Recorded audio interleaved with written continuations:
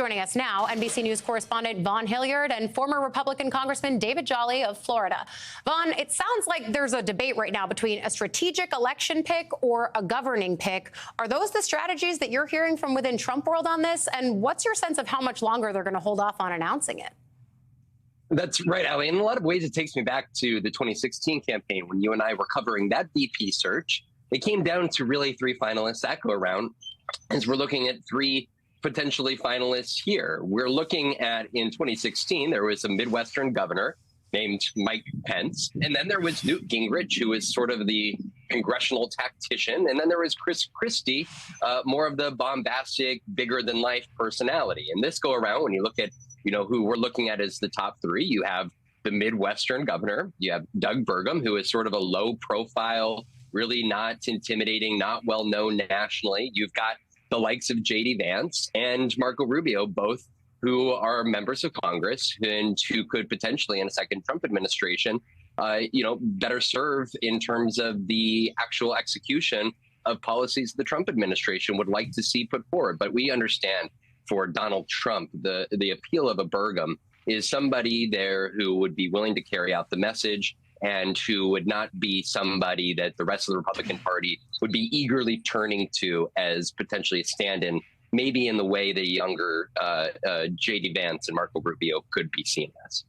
Yeah, ambition is such a bad word in this hunt, Vaughn. I know that as we've been reporting on it, that is always the thing that it comes back to.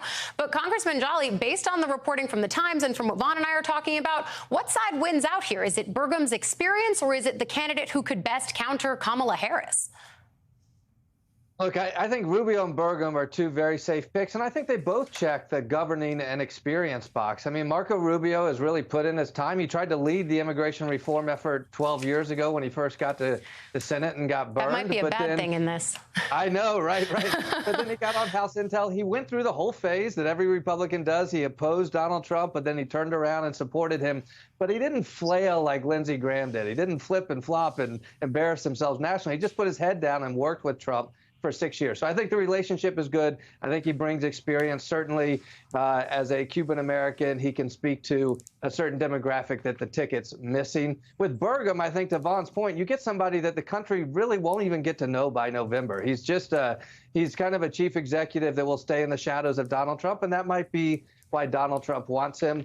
I think J.D. Vance is completely unqualified. As a country, we should want somebody qualified to serve, and I think Rubio, Burgum, whatever you think of their ideology, check that box. Look, it's notable on Wednesday, Trump has a rally 20 minutes from Rubio's house. And maybe Trump, look, the convention's the week after next. Trump has to make a decision soon. Maybe it's Wednesday. We don't know. David, you're doing my job for me, because there is that rally that's going to be held in the Doral area of Florida sometime next week, which, of course, begs the question. It's 20 minutes from Rubio's house. He has a significant standing with the Cuban population there specifically. Is it a tea leaf that we should be reading, Vaughn? Potentially. Look, I mean, the one issue here is the fact that both men are Florida residents. And so when it comes to the potential allocation of electors out of the state of Florida, there could be a residency issue. And it's not clear whether Donald Trump would be eager to change his residency to New Jersey or back to New York. But for Marco Rubio, of course, he is still serving in the capacity of U.S. senator. So if he were to step aside, he would have to leave the U.S. Senate if he were to change his residency, because he was voted to represent the state of Florida there. But Tuesday is the day of the rally. He is going to have an additional rally this upcoming Saturday, right before the convention. That's going to be in Pennsylvania here. So it could be very well that Donald Trump, I mean, the timeline is his advantage, while the Biden campaign is distracted by frustrations within the party with their own nominee and his viability. And so for Marco Rubio, look, exactly as David just outlined this, I mean, we have watched the trajectory of this individual. Yet there is one big outstanding question mark, and that was on January 5th, January 6th, 2021, he voted to certify Joe Biden's victory. And of course, Donald Trump's relationship with Mike Pence frayed on January 6th, 2021, because he opted to go the route of certifying the election. So that could be one outstanding question mark for Marco Rubio on the decision whether to pick him or not. Yeah, ditched his former VP because he upheld the will of the voters.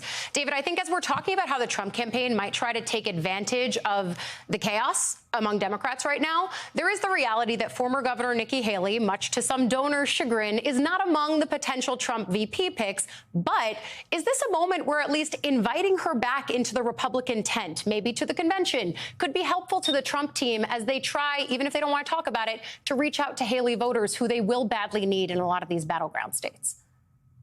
Yeah, look, with a traditional Republican candidacy, the question would be absolutely yes. The only thing that stops that is Donald Trump's narcissism and ego. I will tell you, with the VP pick, my money's been on Rubio for a long time, which is probably why it won't be Rubio. But the central reason is he's the perfect proxy for Nikki Haley. And Donald Trump doesn't have to cater to Nikki Haley if he caters to Marco Rubio. Recall when Rubio was running against Trump in 2016, it was Haley that was Rubio's chief surrogate. And so a lot of soft Republicans, disaffected Republicans, many of them will never come back because it's Trump at the top of the ticket. But for those who are looking for a reason to come back, particularly in the current contrast environment with the situation with President Biden, a Marco Rubio pick sends a signal to Nikki Haley's voters that maybe they have a place in a Trump Republican Party. I think they'd be foolish to think that, but that's essentially the proxy that Rubio becomes.